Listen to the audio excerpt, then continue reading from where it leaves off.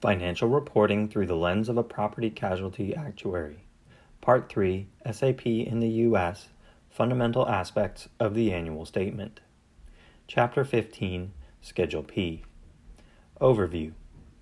Schedule P is probably the most important schedule within the annual statement to property casualty actuaries. Schedule P provides details underlying the recorded loss and loss adjustment expense reserves on the reporting entity's statutory balance sheet, including 10 years of the company's historical loss and defense and cost containment (DCC) experience, i.e., net paid, case outstanding, and incurred loss and DCC triangles. Because the annual statement is a public document, Schedule P tends to be a means for outside parties to evaluate the adequacy of recorded reserves, absence, loss, and LAE data provided directly by the company. And even when detailed data is provided by the company, oftentimes outside parties look to Schedule P for purposes of providing a check on the reasonableness of the recorded balances. However, there are cautions to using this information, as we have presented several within this chapter. Schedule P has numerous other uses in addition to providing support for the recorded loss and LAE reserves. For example, Schedule P supports and provides necessary disclosures for the statement of actuarial opinion, including direct plus assumed and net loss and expense reserves, the amount of anticipated salvage and subrogation, SNS, that the reporting entity takes credit for in its reserves, the amount of tabular and non-tabular discount that the reporting entity takes credit for in its reserves. Schedule P shows how loss reserves have developed over time and enables the reader to decipher whether development is attributed to a specific year or line of business. It shows the split between a company's reserves for known claims and those actuarially determined, i.e., IBNR reserves. It provides historical claim count data to facilitate review of trends in claim frequency and severity, as well as changes in claims handling and reserving. It provides information necessary to compute the loss-sensitive discount in the RBC calculation. We will discuss some of these additional uses within this chapter. Organizational structure. There are 7 parts to Schedule P plus interrogatories, as described below. Part 1 summarizes a company's loss and LAE experience as of December 31 of the current year. It displays a company's loss and LAE reserves after adjustment for tabular discount, if applicable, and then separately shows the reserves net of all discounts, both tabular and non-tabular. These are the loss and LAE reserves that are recorded on a company's statutory balance sheet, page 3 of the annual statement. For those companies that participate in intercompany pooling, Part 1 displays the pooling percentage. Part 2 provides a historical display of a company's net ultimate loss and DCC estimates. This enables the user to see how the company's ultimate loss and DCC estimates have developed over time. In a perfect world, the company's ultimate estimate of the cost of incurred claims would remain the same at each evaluation point. However, these are estimates, and therefore have the potential to develop upward or downward as the claims mature. The information provided in Part 2 feeds into the 1-year development test in the 5-year data exhibit, and is also used in computing the NAIC Insurance Regulatory Information System, or IRIS, ratios 11, 12, and 13. Part 3 shows a historical array of the company's net paid loss and DCC experience as of each of the past 10 years. Actuaries can use this information to project unpaid claims using methods such as the paid loss development technique. The difference between Part 2, ultimates, and Part 3, paids, provides a historical array of the company's net loss and DCC reserves as of each of the past 10 years. These amounts are provided before tabular discount. Part 4 displays a company's recorded net IBNR for loss and DCC before tabular discount. The difference between Parts 2 and 4 provides a historical array of the company's net reported loss and DCC experience as of each of the past 10 years. This information can be used by actuaries to project unpaid claims using methods such as the case-incurred loss development technique. Part 5 provides a historical array of claim counts as of each of the past 10 years, including claims closed with payment, open claims, and reported claims. Part 6 displays the earning of premium over time, separately on a direct plus assumed and ceded basis. Like the information provided in Parts 2 through 4, the earned premium data is provided in a triangular format, enabling the monitoring of premium adjustments over time. Part 7 provides loss and premium data on loss-sensitive contracts, separately for primary and reinsurance contracts, for those lines of business where such contracts are written. All dollar amounts presented in Schedule P are in thousands, i.e., 000 is omitted. Within the remaining sections of this chapter, we will provide an overview of each part of Schedule P, focusing on those of most relevance to the property casualty actuary. We will then get into details of those parts, providing relevant examples from the 2018 Schedule P for fictitious insurance company. Schedule P, Part 1. Part 1 is shown in summary format for all lines of business combined, followed by separate schedules, Parts 1A through 1T, in the same format as Part 1 summary, but by Schedule P line of business. The data in Part 1 is provided on a direct plus assumed, or a gross, and ceded basis, and includes premiums earned, paid loss and LAE, case outstanding loss and DCC reserves, and IBNR for loss and LAE. Additionally, incurred loss and LAE ratios are displayed on a gross, ceded, and net of reinsurance basis. One item that is not included in Schedule P is the segregation of gross data into its direct and assumed components. Oftentimes, actuaries look for this information separately in performing analysis of unpaid claims.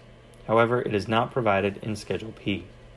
As noted in Chapter 14, Schedule F, certain of this information can be provided in Schedule F, Part 1, including assumed case reserves. Line of business segmentation in Part 1. Parts 1A through 1T provide the same information as in Part 1 summary, except separately by line of business. The line of business segmentations are as follows: A. Homeowners or farm owners. B. Private passenger auto liability or medical. C. Commercial auto liability or medical. D. Workers' compensation. E. Commercial multiple peril. F. Section 1. Medical professional liability occurrence. F. Section 2. Medical professional liability claims made. G. Special liability, including ocean marine, aircraft all perils, boiler and machinery. H. Section 1.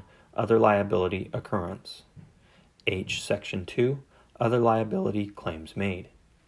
I. Special property, fire, allied lines, inland marine, earthquake, burglary and theft. J. Auto physical damage. K. Fidelity and surety. L. Other, including credit, accident and health. M. International. N. Reinsurance, non-proportional assumed property. O. Reinsurance, non-proportional assumed liability. P. Reinsurance, non-proportional assumed financial lines. R. Section 1 products liability occurrence. R. Section 2 products liability claims made. S. Financial guarantee or mortgage guarantee. T. Warranty. The definitions of these lines correspond to those on the Exhibit of Premiums and Losses, statutory page 14, with the exception of the three non-proportional reinsurance assumed lines, parts N, O, and P, which are not included in statutory page 14, as it provides information on a direct basis only. Non-proportional reinsurance assumed is generally excess of loss reinsurance, whereas proportional is generally a form of quota share reinsurance.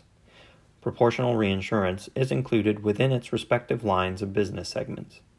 For example, premiums and losses associated with assumed commercial property reinsurance under a quota share contract would be included within Schedule P, Part 1I, whereas the same risk assumed on an excess of loss basis would be included within Schedule P, Part 1N. Only 2 accident years and a prior year's row are shown for the following lines due to the limited amount of loss development beyond 2 years. I, special property, fire, allied lines, inland marine, earthquake, burglary and theft. J, auto physical damage. K, fidelity and surety. L, other, including credit, accident, and health. S, financial guarantee, mortgage guarantee. T, warranty. That is, claims for the aforementioned lines of business are expected to be reported and paid within a relatively short period of time after the occurrence of a claim. Consider the special property line of business. If a commercial property is damaged due to fire, the insured will report the claim rather quickly to get the building repaired or rebuilt in order to continue operations. Payments may continue to the insured while the commercial property is being repaired due to business interruption. However, the insured will generally be back in business within the year in which the loss occurred. As a result, losses will develop for 12 to 24 months after the beginning of the accident year, January 1, in which the loss occurred, but typically the claim will be closed by the end of 24 months. To illustrate the bucketing of claims, consider a complete fire loss to a paper mill on December 19, 2018. Assume the building is rebuilt and the insured is back in business on September 4, 2019. The claim would be recorded as an accident year 2018 claim, with loss payments extending into the second year of development, the 24-month period, until the claim is closed on September 4th. Despite only 2 years being shown in Schedule P line of business parts, all 10 years are included in Schedule P Part 1 summary. Therefore, the insurer is required to retain data for these lines in a similar 10-year format as all other lines of business in Schedule P. Many have argued that the 2-year reporting convention is not necessarily appropriate for the aforementioned lines of business due to the tail on lines such as fidelity and surety. These opponents would vote for including all 10 years, as is shown for the other Schedule P lines, arguing further that all 10 years are already produced for purposes of forming the summaries in Schedule P. Yearly Reporting Convention. Part 1 provides information related to earned premiums and cumulative loss and LAE data at the current evaluation date, i.e., December 31 of the current year, for the last 10 years in which premiums are earned and losses incurred. Earned premiums are shown by calendar year, and once they are entered in Schedule P, they do not change for retrospective premium adjustments or other adjustments. Losses are shown by accident year for occurrence policies, report year for claims made policies, policy year for tail policies, and discovery year for fidelity and surety policies. Accident year is defined as the calendar year in which accidents occur and/or losses are incurred. For example, a claim with a date of loss of November 13, 2018 would be a 2018 accident year claim. This reporting convention is used for occurrence-based policies, where the trigger of coverage is the occurrence of a loss. With occurrence policies, a claim can be reported at any time after the loss occurs, subject to statutes of limitation, as long as the loss occurs during the policy term. For example, an injury that occurred 15 years ago can be reported to the insurer today, and any coverage for that injury would be provided by the terms and conditions of the policy that was in effect 15 years ago. Report year represents the calendar year in which losses are reported. This is typically used for claims-made policies, as the trigger of coverage is the reporting of a claim or incident to the insurance carrier. In their most basic format, claims-made policies cover claims that are first made during the policy term. As a result, if a claim occurs during the policy period but is not reported by the insured during the policy term, the claim is not covered by the insurance company under the terms and conditions of the policy that was in force at the time the claim occurred. This significantly reduces the uncertainty for the insurance carrier, both for pricing and reserving, since the policy that is in effect at the time the claim is made will be the policy providing the coverage for the claim, regardless of how long ago the incident took place, provided there is no retroactive date on the policy. A claims-made policy may have a retroactive date that is before the effective date of the policy, the same as the effective date of the policy, or it may have no retroactive date. The retroactive date is the date on or after which the incident must occur in order for it to be covered under the claims-made policy. An incident that occurs before the retroactive date will not be covered by the claims-made policy, even if it is first reported during the policy period. These types of policies are generally issued for medical malpractice, other liability, or product liability coverages because claims covered by these types of policies tend to have a long latency period. It becomes very difficult for insurance companies to project the claim frequency as well as the severity of claims, and therefore difficult to price and reserve for an occurrence that will result in the reporting of a claim many years in the future. To illustrate the concept of claims-made coverage and the concept of report year, assume a young surgeon purchases a medical malpractice policy on a claims-made basis for the term beginning July 1, 2018 and expiring on June 30, 2019. Assume that the surgeon performs a procedure on his patient on October 21, 2018, and complications arise during the surgery. If the surgeon reports the incident to his insurance carrier before June 30, 2019, and subsequently the surgeon is sued, and a claim materializes, he will be covered under his policy in effect from July 1, 2018 through June 30, 2019. This would be a 2018 report year claim for Schedule P reporting purposes. If the surgeon does not report the incident because the patient did not become aware of the complications until a year later, and the claimant decides to sue the physician on August 22, 2019, the surgeon reports this claim to his carrier on August 23, 2019. He would not be covered by the policy in effect from July 1, 2018 through June 30, 2019, as the claim was not reported during the policy term. If the surgeon renewed the claims-made policy, the renewal policy that is in effect from July 1, 2019 through June 30, 2020 would be the policy that covers the claim. In general, the people or companies that purchase claims-made policies do not like to leave themselves exposed to the risk of being uninsured, despite the cost savings of a claims-made policy as compared to an occurrence policy. As a result, they generally purchase something called an extended reporting period or tail coverage. Tail coverage extends the reporting period of a claims-made policy for an additional period of time, which may be 1 to 5 years or an unlimited period of time past the expiration of the claims-made policy. A claims-made policy plus an unlimited extending reporting period essentially turns the claims-made policy into an occurrence policy. To illustrate, using our previous example, let's assume that the surgeon does not renew his claims-made policy and therefore purchases unlimited tail coverage on July 1, 2019, when the policy expires. This means that any accident or loss that occurred as a result of error by the surgeon during the period July 1, 2018 through June 30, 2019 would be a covered claim by the insurance company that issued the claims-made policy, regardless of when in the future the surgeon first reports the claim. Without the tail coverage, the surgeon would have no coverage for claims that he learns about on or after July 1, 2019. Premiums and losses associated with tail policies are included in Schedule P with their associated line on an occurrence basis. Discovery year is generally used for fidelity and surety policies, as it is difficult to determine the actual date the loss occurs.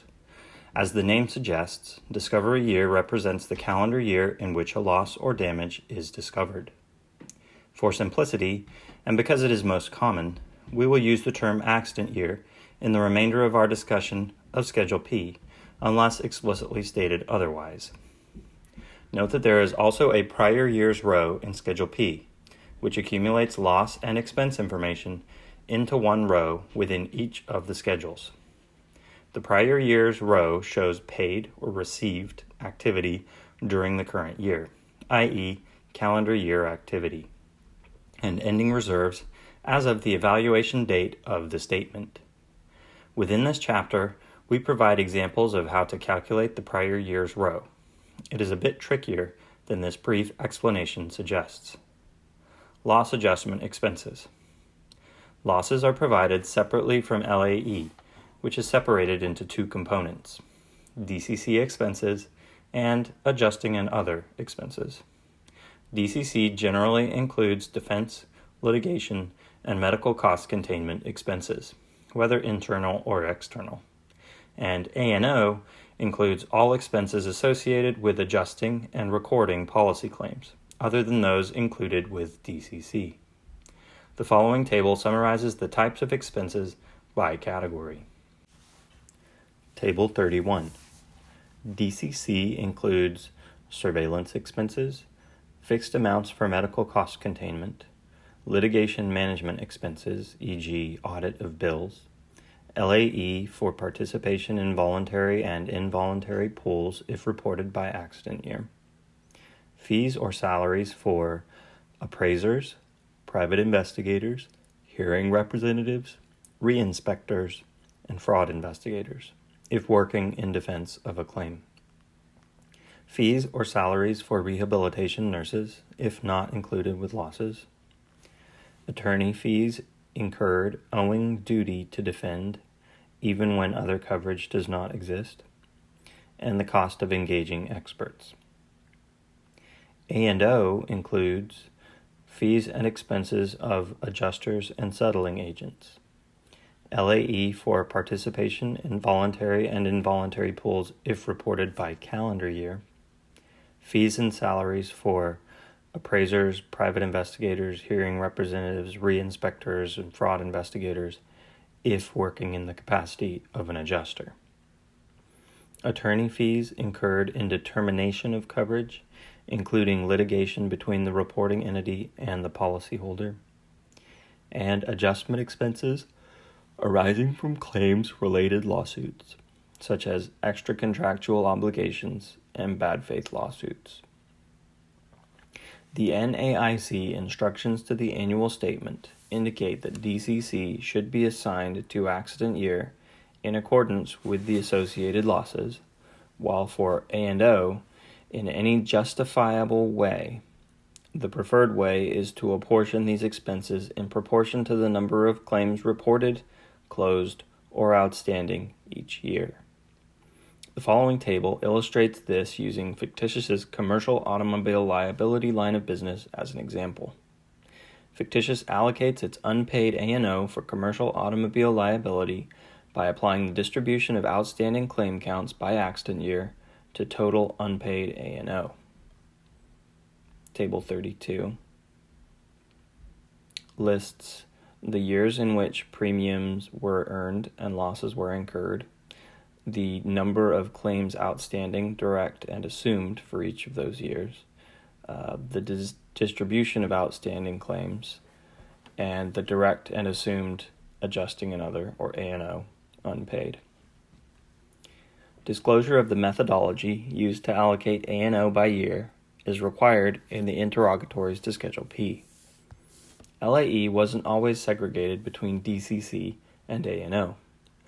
Prior to 1988, LAE were stated as either allocated LAE, ALAE, or unallocated LAE, ULAE, in the annual statement.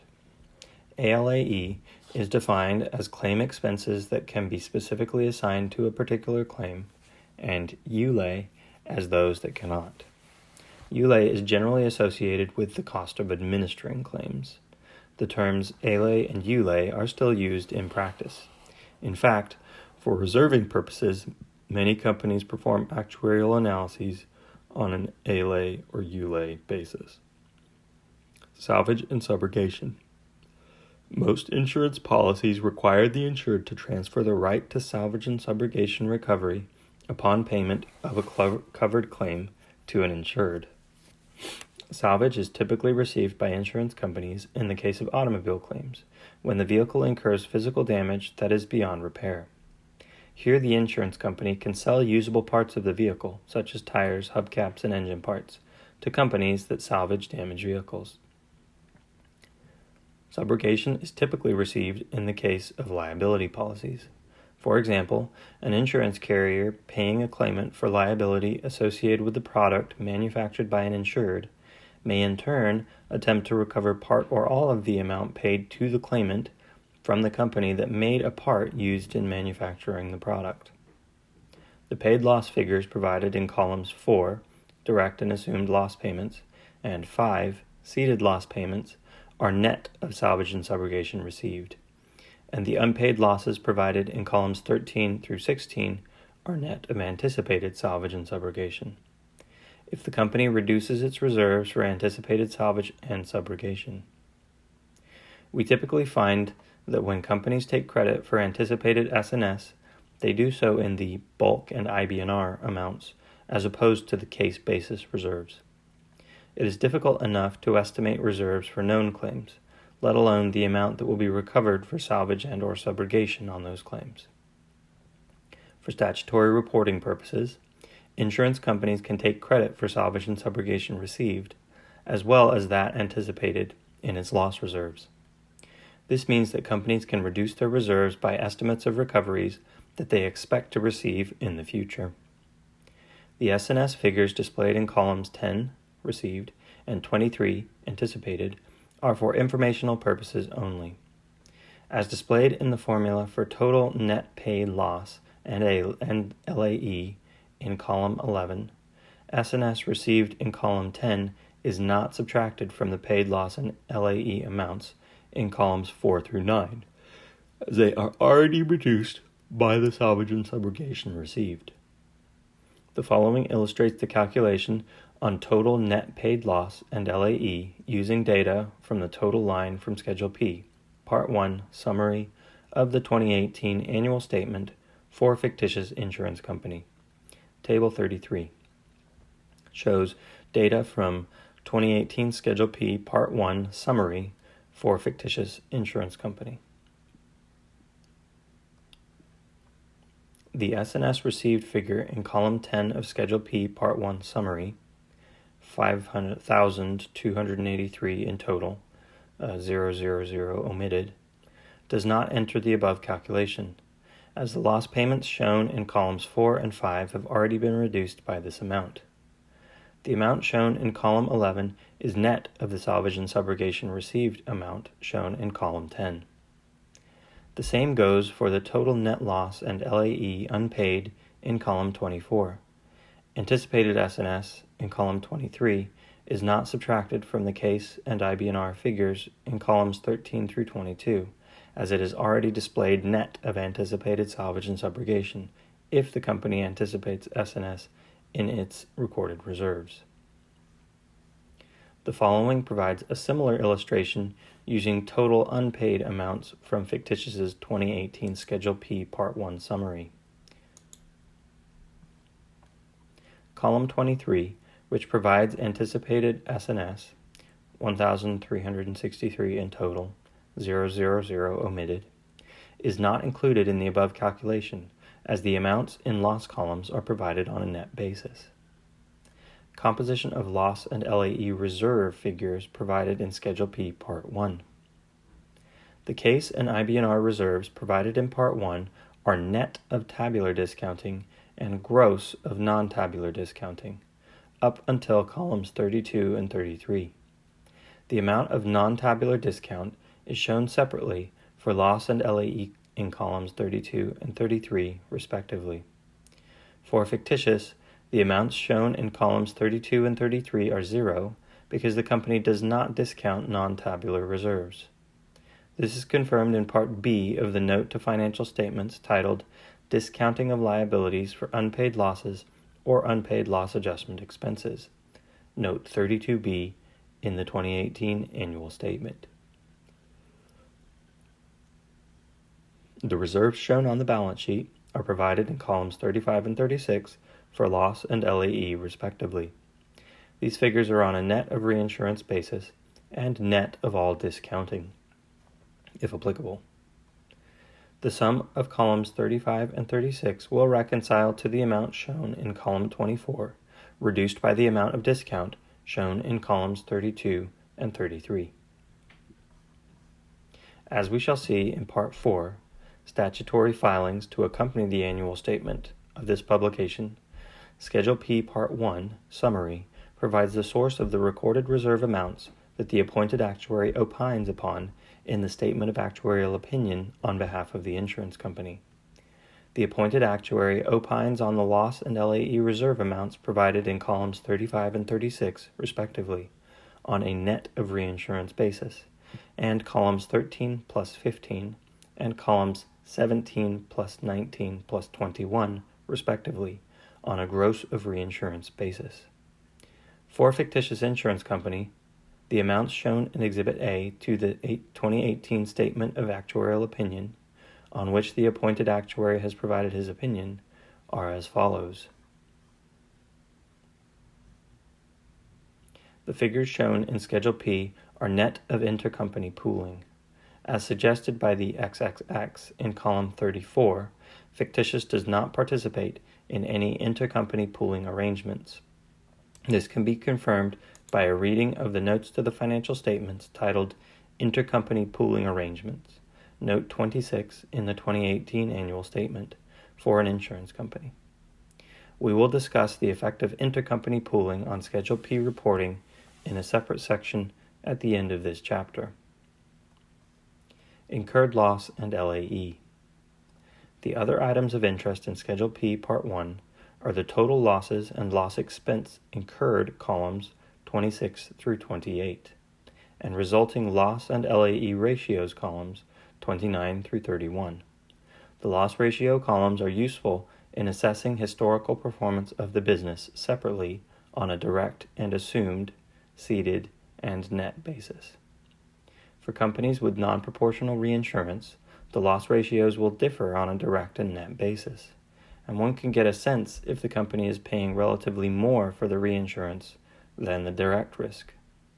Using fictitious as an example, we see that its incurred loss and LAE ratios differ on a direct plus assumed, ceded, and net of reinsurance basis. Since 2014, the company's ceded loss and expense ratios have been lower than its direct plus assumed ratios, thereby resulting in higher net loss ratios. We should note that the amounts shown as incurred in columns 26 through 31 are on an ultimate incurred basis. This is an important definitional distinction from case incurred, and people often get the two confused, so we will walk through the definitions here. The following equations are different ways of presenting ultimate incurreds. Ultimate incurred loss equals paid loss plus case outstanding loss plus IBNR loss, or reported loss plus IBNR loss, or paid loss plus unpaid loss. Paid losses represent those amounts paid by the insurance carrier. Case outstanding losses represent the reserve for known claims, which is generally established by the company's claims administrators or adjusters.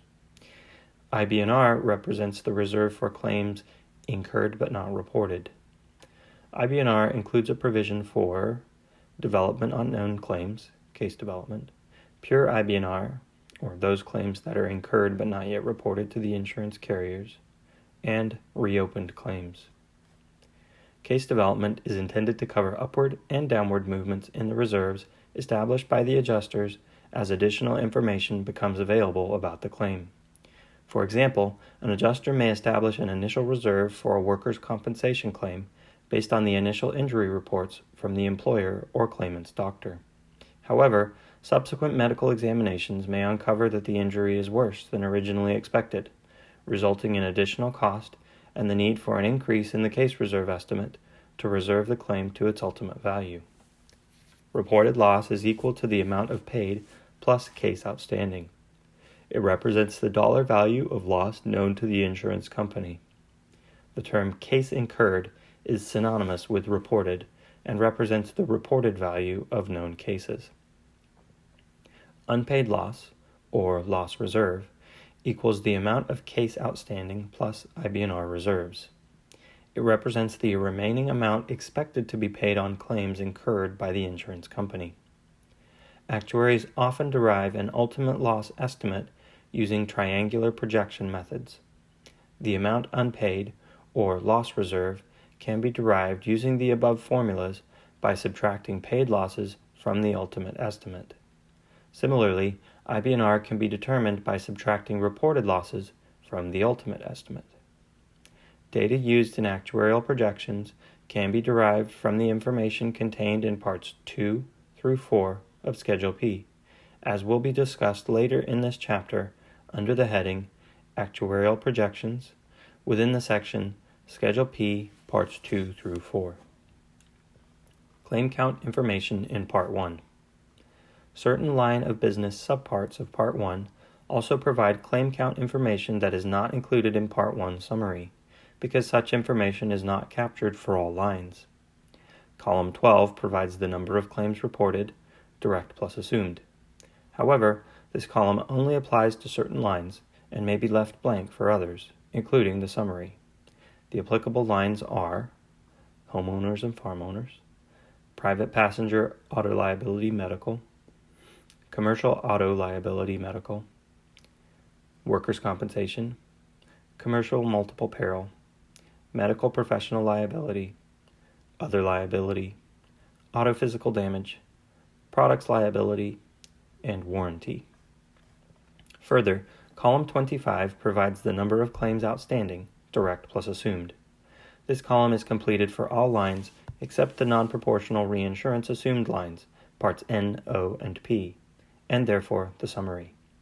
For those lines, including the summary, where claim count information is not included, the corresponding columns are filled in with XXX.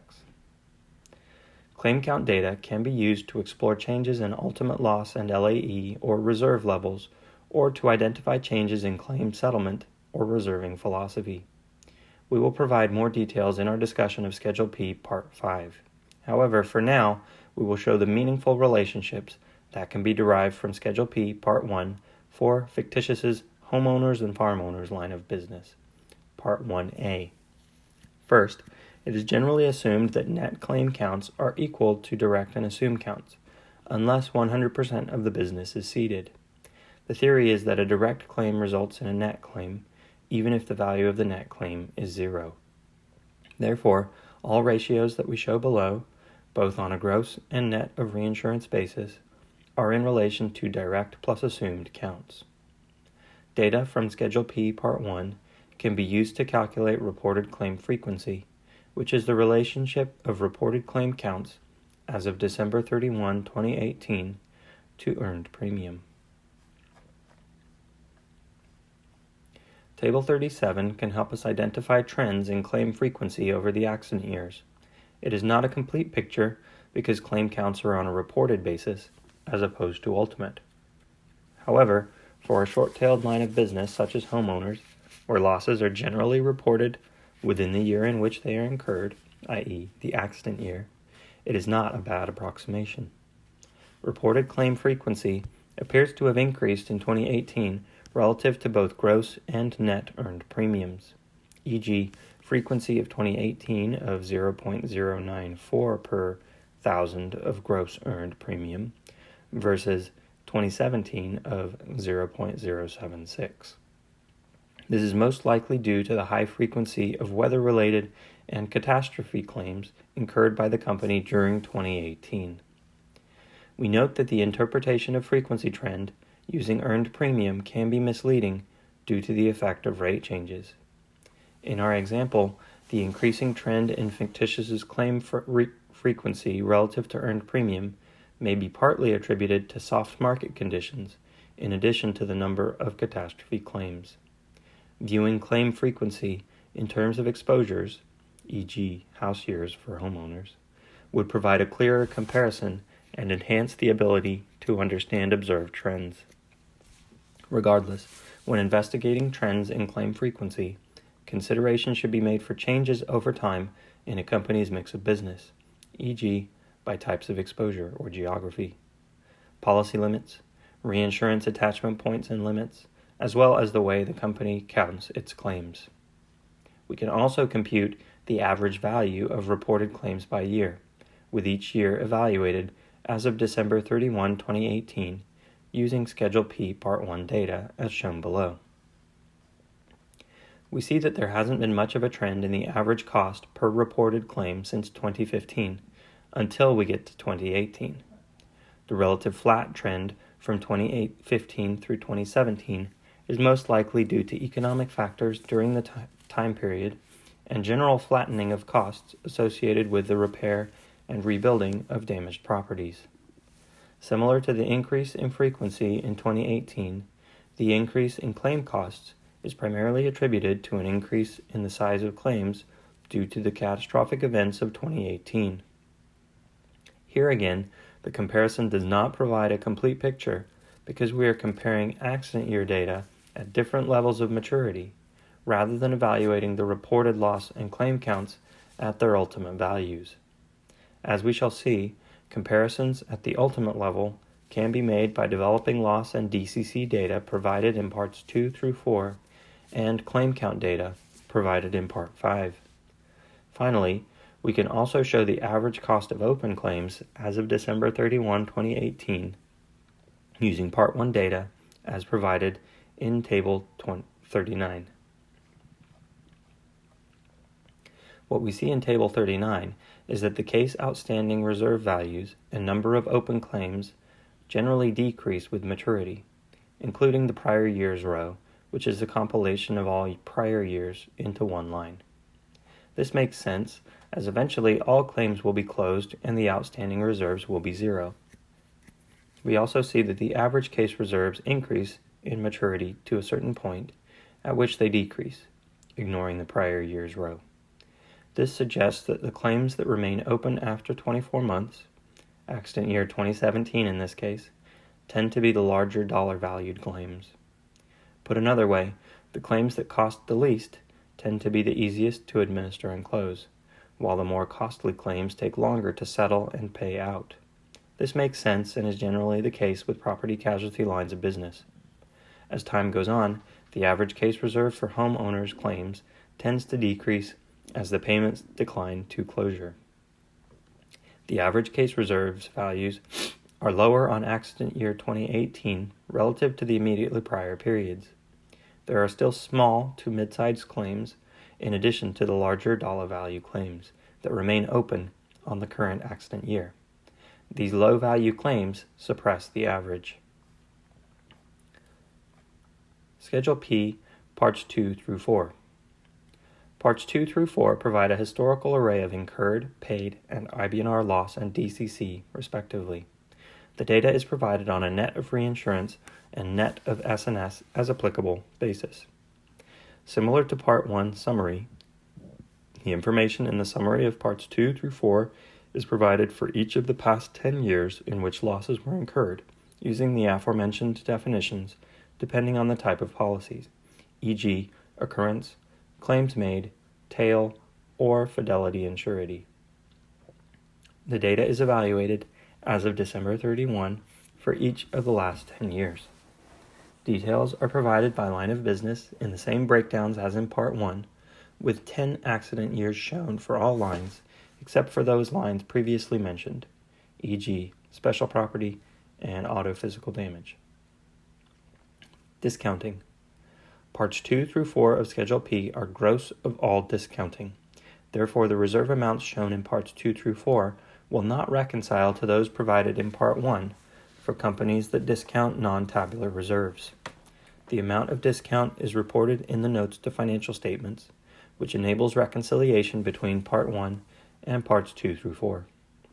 We can illustrate this using Schedule P, Parts 1, 2, and 3, summary, for fictitious. As displayed in Table 40B, the difference between the total net loss and DCC reserve reported in Schedule P, Part 1, and the amount indicated by subtracting the figures in column 10 of parts 2 and 3, provides the $1.365 million of reduction for tabular discount taken in Schedule P, Part 1. The amount of tabular discount included in Schedule P, Part 1 should reconcile to the amount disclosed in the note titled Discounting of Liabilities for Unpaid Losses or Unpaid Loss Adjustment Expenses, Note 32 of the 2018 Annual Statement. Actuarial Projections. The format of Parts 2 through 4 is conducive for loss development projection methods used by actuaries to assess a company's reserve adequacy. However, actuaries tend to view the data in a slightly different format than that presented in Parts 2 through 4. Shifting all of the cells to the left so that each accident year starts with figures in column 1 transforms the data into standard triangular format used in the loss development, or chain ladder method. The paid loss triangle comes directly from Schedule P, Part 3, and the case incurred loss triangle can be derived by subtracting the IBNR in Part 4 from the incurreds in Part 2. The following provides the calculation of the net case incurred or reported triangle for a fictitious insurance company.